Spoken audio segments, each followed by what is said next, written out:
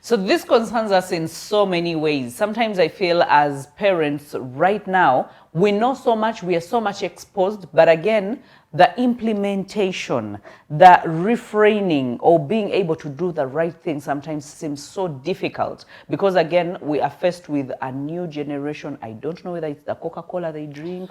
I don't know whether it's the foods. Like seriously, you have an 8-year-old and they seem like 16-year-old. I don't, have you seen what 6 is going on to happening? 16, yes. I know, like they are twice their age. By the time they are 10, it's like they are 20. I know. The way they reason, the words they speak. I was watching a 9-year-old boy over on Saturday. Like I took time to observe him for about 3 minutes. He was speaking on the phone with his dad, telling his dad, please tell auntie who is their maid, tell her that I have reached where I've come. I said, I think there was an argument. Say, I told her that I will let her know through you that I have arrived. So please let her know. Yeah. 9 years. That's responsibility. But also, we've handed the 9-year-old a phone. Yeah. So they've practiced and practiced. We've handed a so 9-year-old a phone, and so we are trusting that they are making responsible choices with the phone. Yes. Okay? I liked that this 9-year-old was making a responsible conversation on the phone. Yes. And we have to come to that realization that, 9 going to 19, that is a 19-year-old boy, you know, telling whoever they're talking to. That's true. Yeah. It's twice their age right now. So it's just so much. Even the things that we think, let me wait, let me not tell them, I will talk to them later. They already know, like, they know more than you know. You're actually on a time bomb if you're waiting. You had better start the conversations, whichever conversations you want to have, because they're getting this information. Yeah. Raw, unfiltered. Exactly. Misleading some of it. You're giving them the phones. They're getting onto YouTube. Massive information, unfiltered. They're getting onto Google. They're talking to their friends at school who also have another set of information. And so it's just too much exposure, too much knowledge for our little ones, for our children. To process or even to base on to make decisions. Chances are that they're processing, but perhaps they need the trust of the parents to be able to process this information with them freely and guide them freely without now that's holding important back. as in don't throw it to them or leave it up to them to process in secrecy because they might meander and make, but if you're able to break it down for them in an understandable way, that means you're giving them a chance to make a better decision because you're telling them, I'm on board. I know these things are happening and this is the truth. Wow. So you dissect it together with them.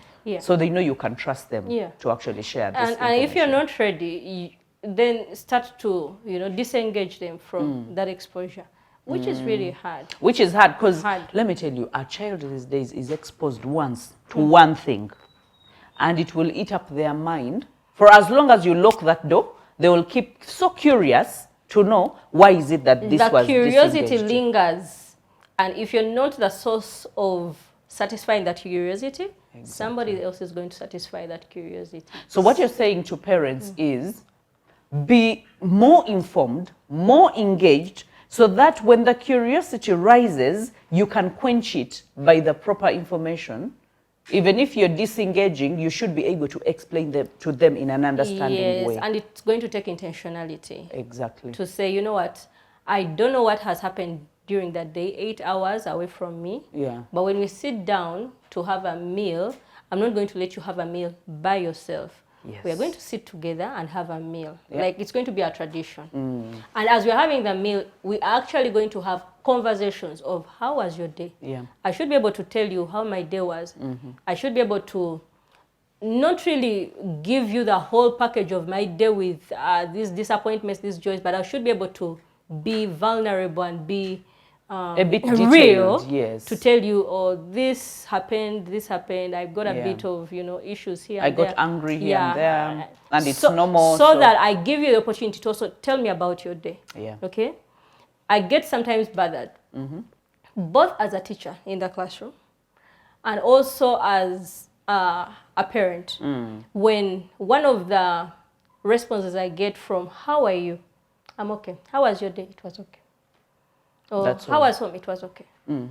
I will start to get by that because I want now to dig in to understand. So you want to know what exactly happened? What is okay? Yeah, what are you holding on? Yeah, what is okay? Because out of unpacking those, I start to.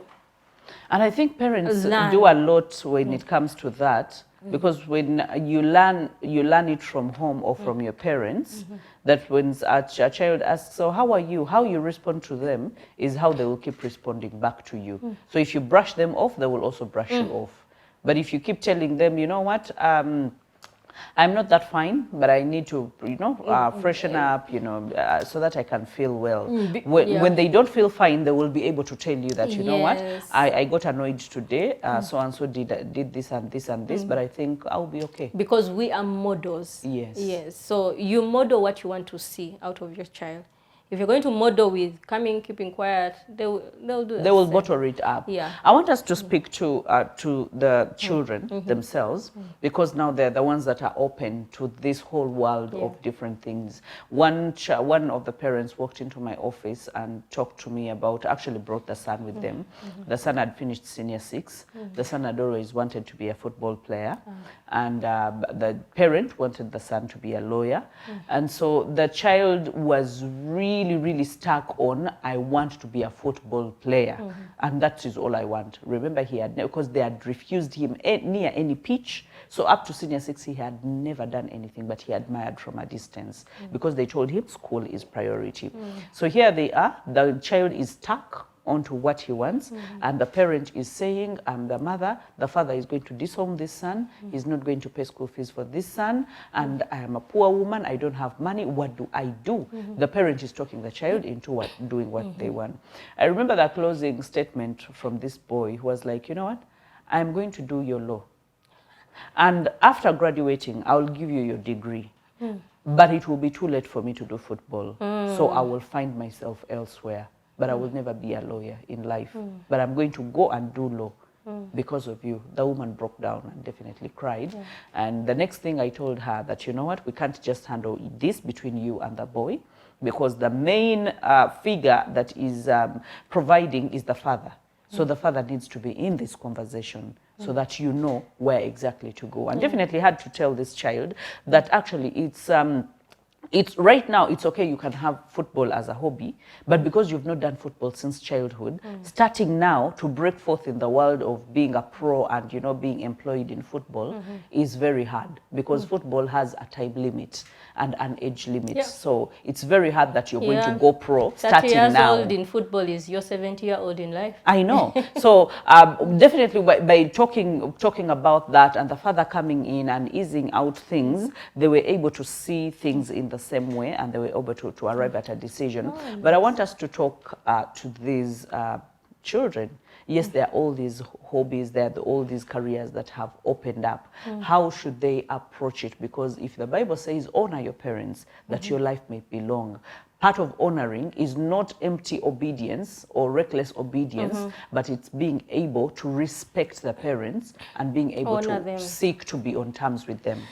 Oh yeah, as you were explaining the whole situation, it saddened me.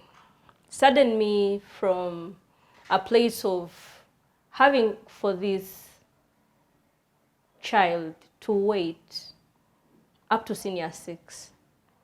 Not go anywhere close to a pitch. To start to experience what they want. What they love, yeah. And so it comes in different aspects, different players, because this is not just about a parent and their child. It is about what we have glorified in education. And it is sad that education has been zeroed down, thinned down to the academics, to the books, to a career path, okay? And yet, while doing education, make sure that there is holistic development of a child. Yes. Are their talents nurtured? Yeah. Are their skills being developed? Practical skills, what are they doing with their hands? Okay? Because they contribute a lot. Yes. What are they doing with their books? What are they learning? What is interesting to them? Yes. Okay? Even with the books themselves. Yes. And then what character are you forming? around this child, okay, to be able to utilize all these. So it is very heartbreaking that, in my opinion, this child who you're describing got half an education. Exactly. Because nothing around him was developed. Because if you're telling me they've admired the pitch from afar, from when they were young. From when they were young. To 20 years And I have not given them an opportunity as a school, as a teacher, to dig into that talent. I have done the child a very great disservice. Yeah. I have been so unfair. If as a parent, all I have done is to push my child to a career path. Read. Without knowing what skills or what are their passions or what talent are we developing this child, it is sad that I have pushed my child into this state that they have now to tell me, I'll go do your course. Yeah, give it to you. Sadly, my time will have been done. Yeah. I will figure out my life. What is the purpose of education? Okay? It is to ensure that each of our children is nurtured to their fullest potential and that they're able to give that potential to the world. You know, this is the first time I'm getting that kind of definition. You know, we all know education. But if you say the highest form of their potential, that means it's not just one. There are so many supporting things that bring excitement, that brings the passion, that brings the purpose. So if all these things are nurtured, it's a holistic approach that even in books, they will be okay because they will be like, you know, this is part of the so many things that I'm doing. Okay. Yeah. Wow. Yeah. And that's very important. Yeah. So when we start to dissect what glorify one aspect of education over another, we put our children in a position where they have to make trade-offs. And no one should be put in a position where they're making trade-offs, one over the other. Yeah. And some of them don't even have a chance. But I think that is why we have a generation, I will say, and even of millennials, because millennials were brought up by the old parents, the baby boomers and the Generation X. And we have them finding their purpose at 30 and 40. After they have done their degrees, after they've practiced careers, after they've gone from job to job and things are just not working out, and now they're discovering... You're starting to look out for I was supposed to be a public speaker. Your purpose, you're starting to look out for that. Okay. Wow. And it's late. Okay, it's never too late. That's what I tell them. It may never be too late. Because then you find yourself and you find that there's a lot of you that has been lost along the way. Exactly. And so the time. You haven't been able to give fully of yourself. Yeah. Oh my God. Okay, so I just hope that we are looking at this, but is the government being able to structure these things? Or even, because I have never seen any kind of sensitization. I have never seen, I don't know if teachers have like refresher courses, not about their subjects, but about how to handle children. I have seen it in international schools where they take refresher courses of saying what we did last year is not going to be enough this year. The approach is different. We are dealing with different kind of, they study the children and now they formulate a different way of handling the children that a different year. And I thought, okay, that is interesting because then that means you are growing with the generations and you're trying to fit in everyone to make sure that they get the value that they need to get.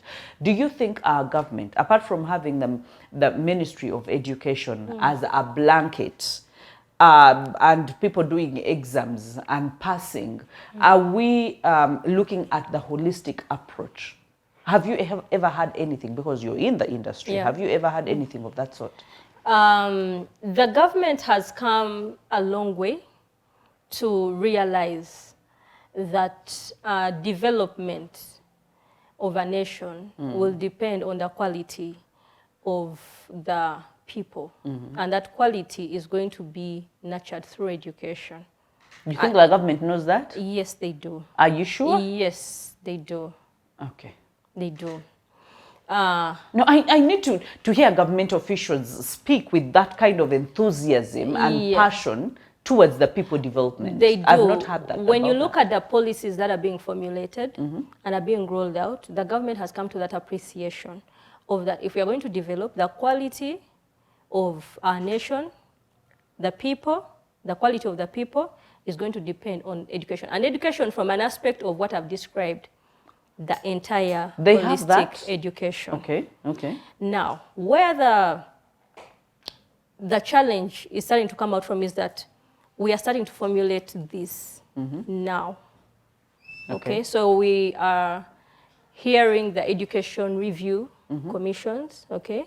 Do they ever review anything? Yes, and that is where... You're sure they don't go and take tea and sleep? No, when I look at the new lower secondary school curriculum that has come out, right now it's up to senior 3. It is so different. What has changed? From the curriculum that is being phased out, the old curriculum. Okay. What has changed is that we are starting to realize the value of practical application of education. Okay. And so it is being structured that the school day ends at 2:50 p.m. Okay. And then from that time up to 4:30, the child is working on projects from what they have been learning. That is senior to senior 3. Research. Yes, they're doing research, okay? And they are tapping into curricula, extracurricular activities. So that is something that I am liking about the government direction on education. And when is it going to be implemented? We are implementing it. It is, right now it is at senior 3. It has been in practice for 3 years. Why you may have lost out on it is it came out around during COVID season. COVID, kind of disorganized us, but we had started to work towards that. Let me not even talk as like an authority on implementation of the new lower secondary school curriculum, but from the school side, as a school leader, as a teacher, that is what is happening. Okay, now, there is a lot to be done. Now, this is 3 years of starting to implement, which should have been started like 30 years ago. Thank you. Thank you. You just got that out of my mouth.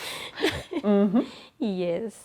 I know we are far behind schedule. Yeah. And so the world is rolling very fast. Ahead, so ahead fast. of us. We are not catching up, and we are not about to we catch are up. trying. We are trying to catch up.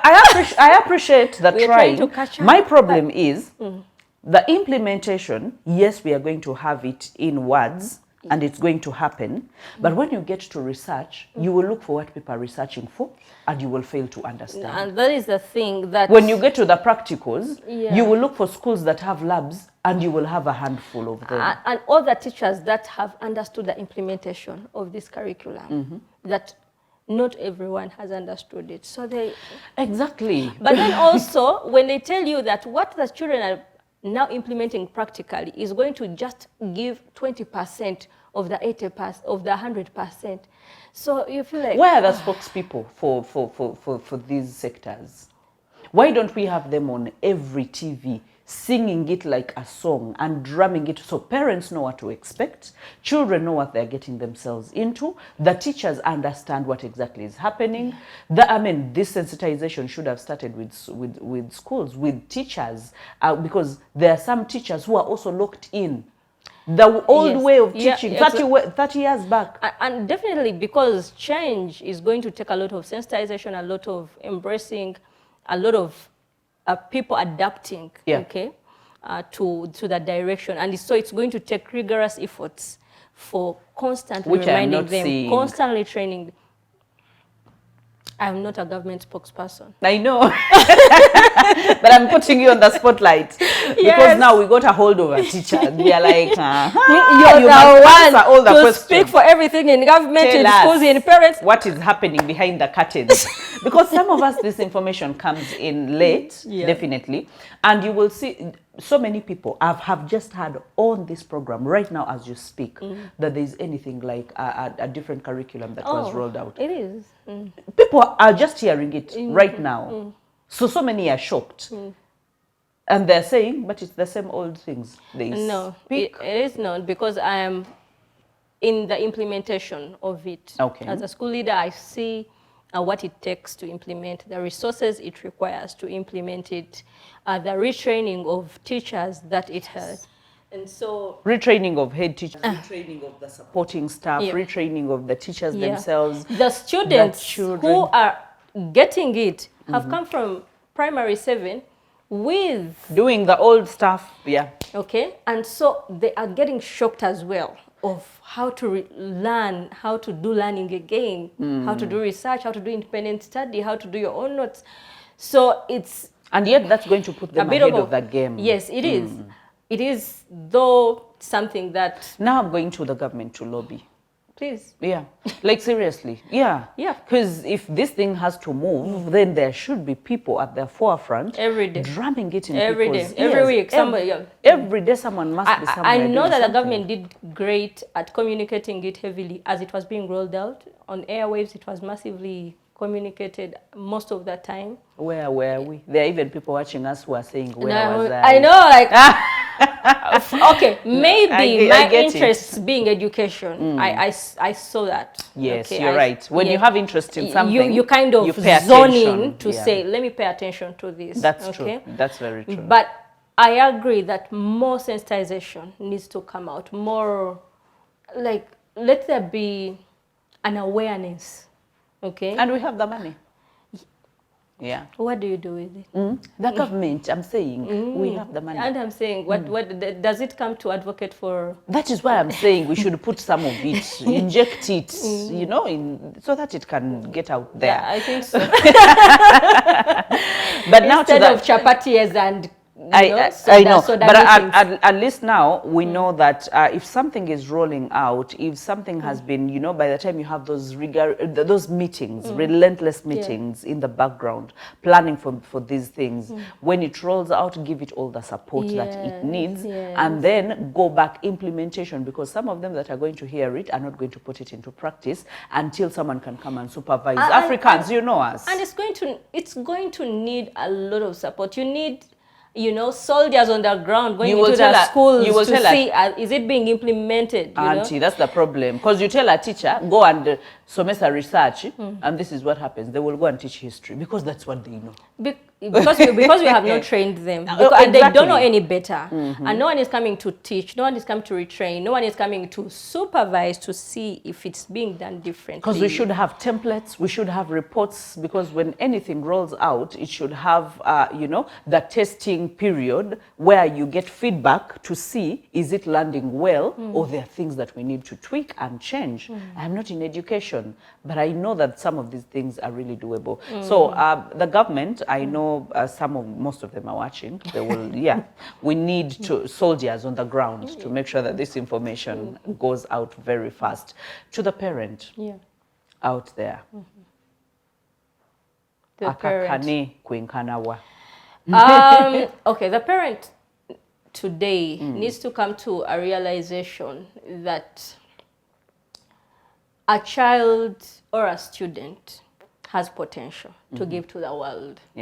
And so we have to come to an appreciation that this potential needs not be killed, needs not to be crushed. It needs to be nurtured. And it is my responsibility as a parent to nurture this potential without confining it to my traditions, to my own preset convictions.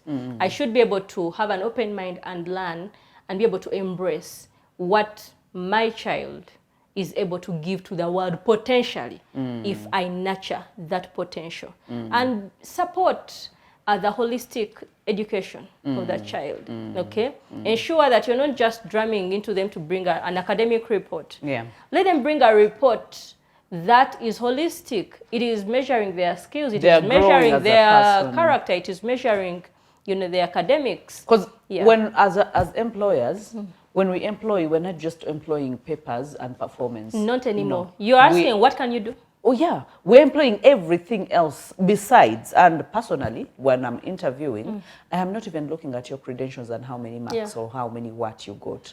I'm actually looking at what have you done at your former workplace, how have you developed as a person, and what can you do, what value can you add? That's what I'm looking at. And so that connect has to happen between what the schools are teaching and producing to what the employer is wanting. That should be matched. That's okay, very true. but the moment that it's not matched, we'll continue friction and hurting each other. Wow. So this conversation is one that we can have for the rest of the day, because when it comes to implementation, rolling out, and doing some of these things that are going to change the generation, I feel like it's a conversation that is really contributing to the growth of our nation, to the growth and open-mindedness of a parent, and to a child to embrace the God-given talents and potentials that they have. So thank you so much, Ruth, and thank you so much everyone that has watched. If you know someone else needs to watch this, make sure that you share it with them, invite them to watch with you. Let's learn together, let's grow together, and let's create a better nation, a better continent, and a better globe. Bye-bye.